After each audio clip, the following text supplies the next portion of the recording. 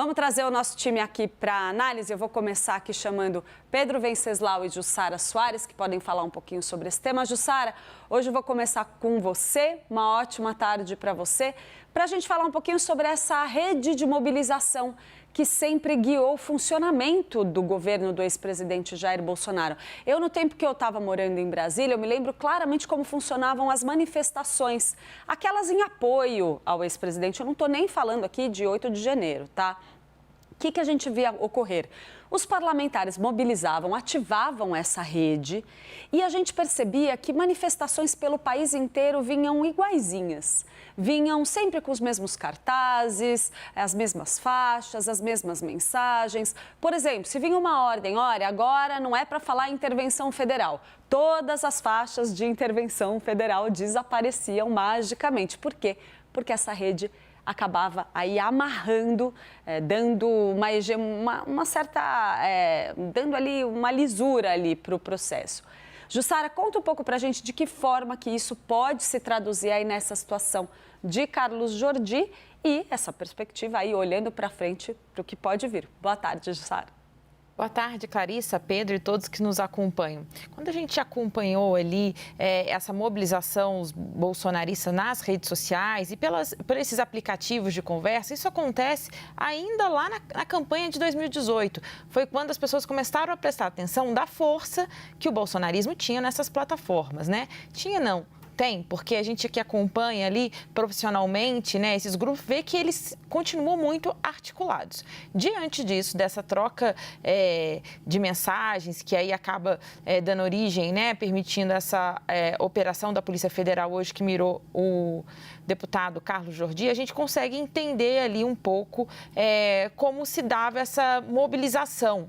Fato é que o que eles estão, pelo que a gente observa ali, pelas investigações, é que Jordi, ele ajudava, né, organizava, segundo as investigações apontam, que ele poderia ocupar um papel de liderança nessa mobilização que ocorria lá em Campos de Goytacazes, lá no Rio de Janeiro. E ali aquelas mobilizações na frente do quartel-general. Pois bem, essa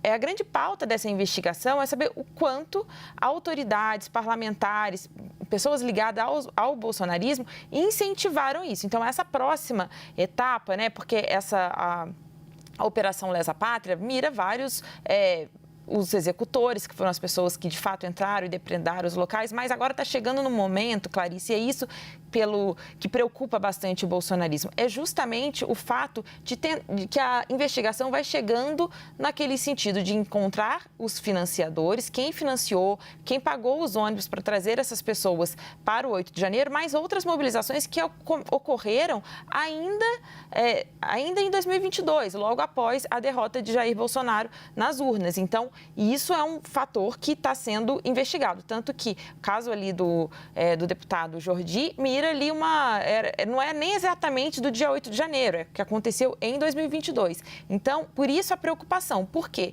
agora a investigação tenta chegar nesses financiadores, mas também nos mentores intelectuais. E nessa parte dos mentores intelectuais, que aí essa rede que funciona nessas plataformas, desses aplicativos, se a polícia avança nisso, aí começa a ficar mais claro como, de fato, podemos ter chegado até o 8 de janeiro. Então, essa, Clarissa, é a grande preocupação.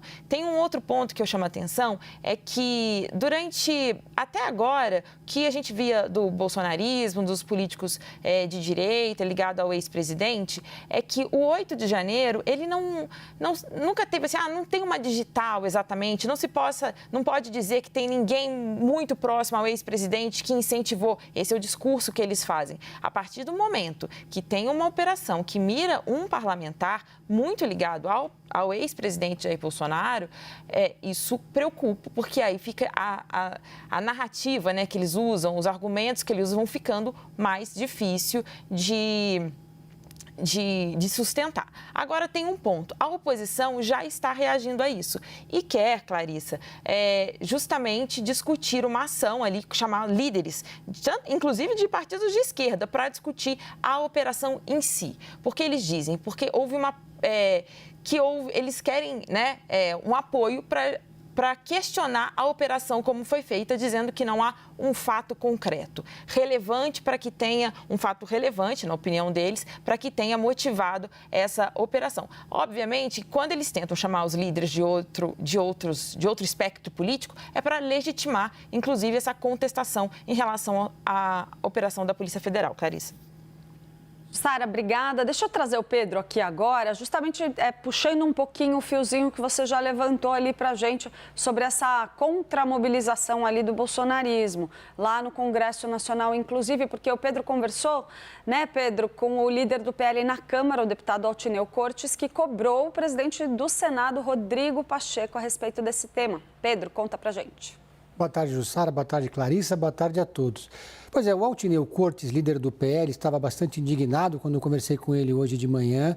Ele falou em invasão dos poderes, esse é o argumento que eles estão usando, invasão da prerrogativa da Câmara pelo STF, devido à decisão do Alexandre de Moraes. Diz que telefonou para o presidente da Câmara dos Deputados, Arthur Lira, que estaria, segundo ele, bastante indignado, embora o Arthur Lira não tenha se manifestado, pelo que eu saiba, ainda, mas disse que quem tem que tomar uma providência nesse caso, e eles esperam que isso aconteça, é o presidente do Congresso Nacional e presidente do Senado, Rodrigo Pacheco, porque eles colocam essa ação da Polícia Federal hoje na conta daquilo que eles chamam de disputa entre os poderes, ou seja, de invasão de prerrogativas do STF sobre a Câmara.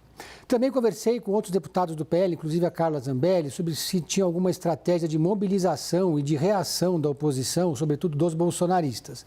Ela disse que esse é um momento difícil de qualquer mobilização presencial, porque é recesso parlamentar na Câmara, mas que nos grupos de oposição eles combinaram uma reação, segundo ela, virtual em massa, em defesa do Jordi. A Jussara trouxe muito bem essa apuração de que eles querem trazer essa defesa do Jordi para um debate mais amplo sobre o que pode acontecer no futuro com parlamentares do outro campo político, porque teria sido uma ação que não respeitou a divisão entre os poderes. Clarissa.